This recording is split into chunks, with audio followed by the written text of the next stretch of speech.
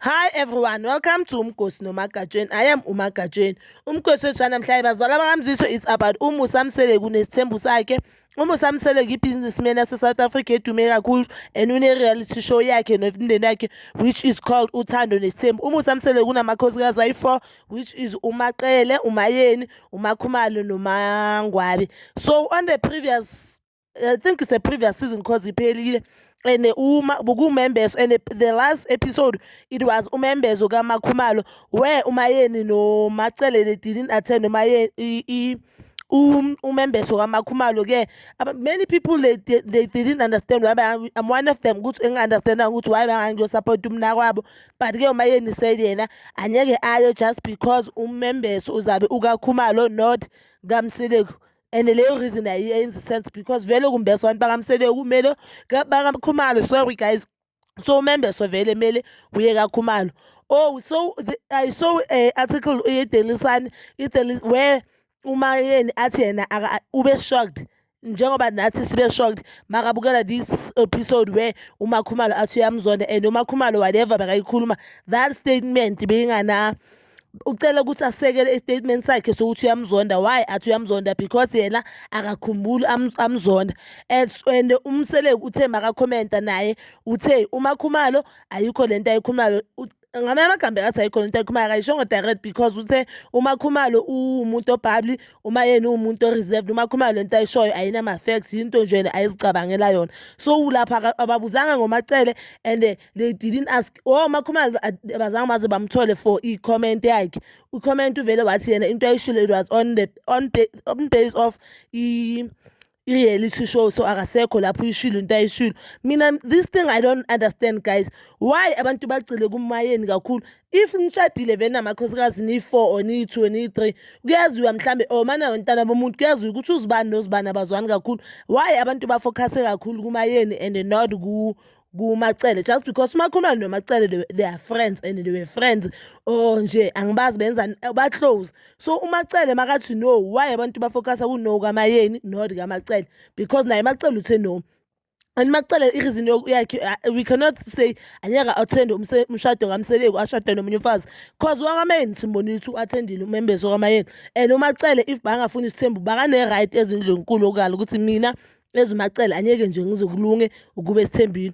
Okay guys, lapho ke ngicela sindlu there's this one thing mina enginotisile or engicabangayo bazali and I want ukuthi thina mina nabazali bami siyidingide siyibone.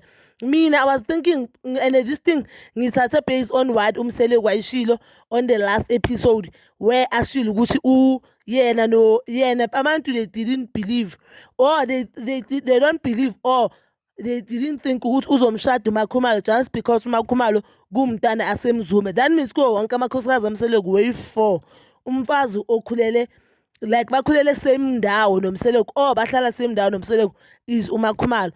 Mina that statement yiyo engenza ukuthi ngicabanga ukuthi maybe that is the reason why uMakhumalo bangamthandi uMayeni noMacele. You know why? Uyazi ma ushadile endaweni lesiyohlala la endaweni njengoba bahlala eMzumbe then indoda yakho iyoshada ingane kamakhelwane ufeel as if why ingane kamakhelwane ithatha umuntu amaziyo ukuthi ushadile. So I think abuMayeni abathanda uMakhumalo just because they are thinking ukuthi uMakhumalo why bekade itha uMseleku asese firstly uMakhumalo udate uMseleku at a very young age. Uyangimangaza makathi yena kaMseleku akazelanga manje cause mawuzocoma nje ubaba sendaweni odumile ukuthi unemali ufunani lapho that means we all know ukuthi that is money. It's money and love angathi nje akazelanga imali and even nasemshadweni uconfessile yena ukuthi yes kaMseleku konke anako ukuthole just because uMseleku konke anako obvious uMseleku umthola safunda. That means yonke into anayo higher education umsebenzi everything uyithole yebo yithuthi zakhe but ama-connection amaningi we know guys we live in South Africa ama-connection amaningi wathole ngumseleku.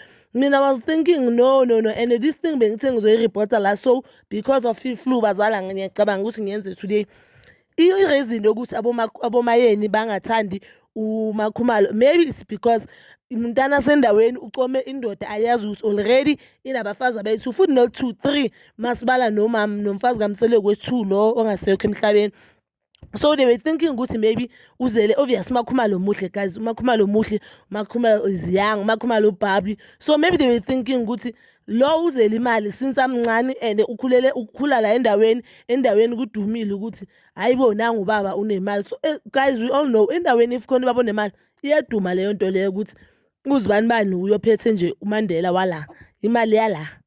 So bazala bami, please comment down below your thoughts. What do you think? Do you think le nto iqiniso or nje ngiyashola? Guys ngicela ningangihle ngiyabuza, and guys please don't forget to like. Ukulike kumahala, ukulike it only takes few seconds, maybe even 1 second. Na ngicela ningakhohlwa ukulike, ngicela ningaskip ama-ad while watching ama-video or listening to ama-videos wami, ngiyacela. And please don't forget to comment guys, sizokhuluma sibonisane ukuthi le nto wena uyibona kanjani. Ngicela nisubscribe and then hit that notification button. Nginithanda ukubuya nokubuya, so sibonane to my next video.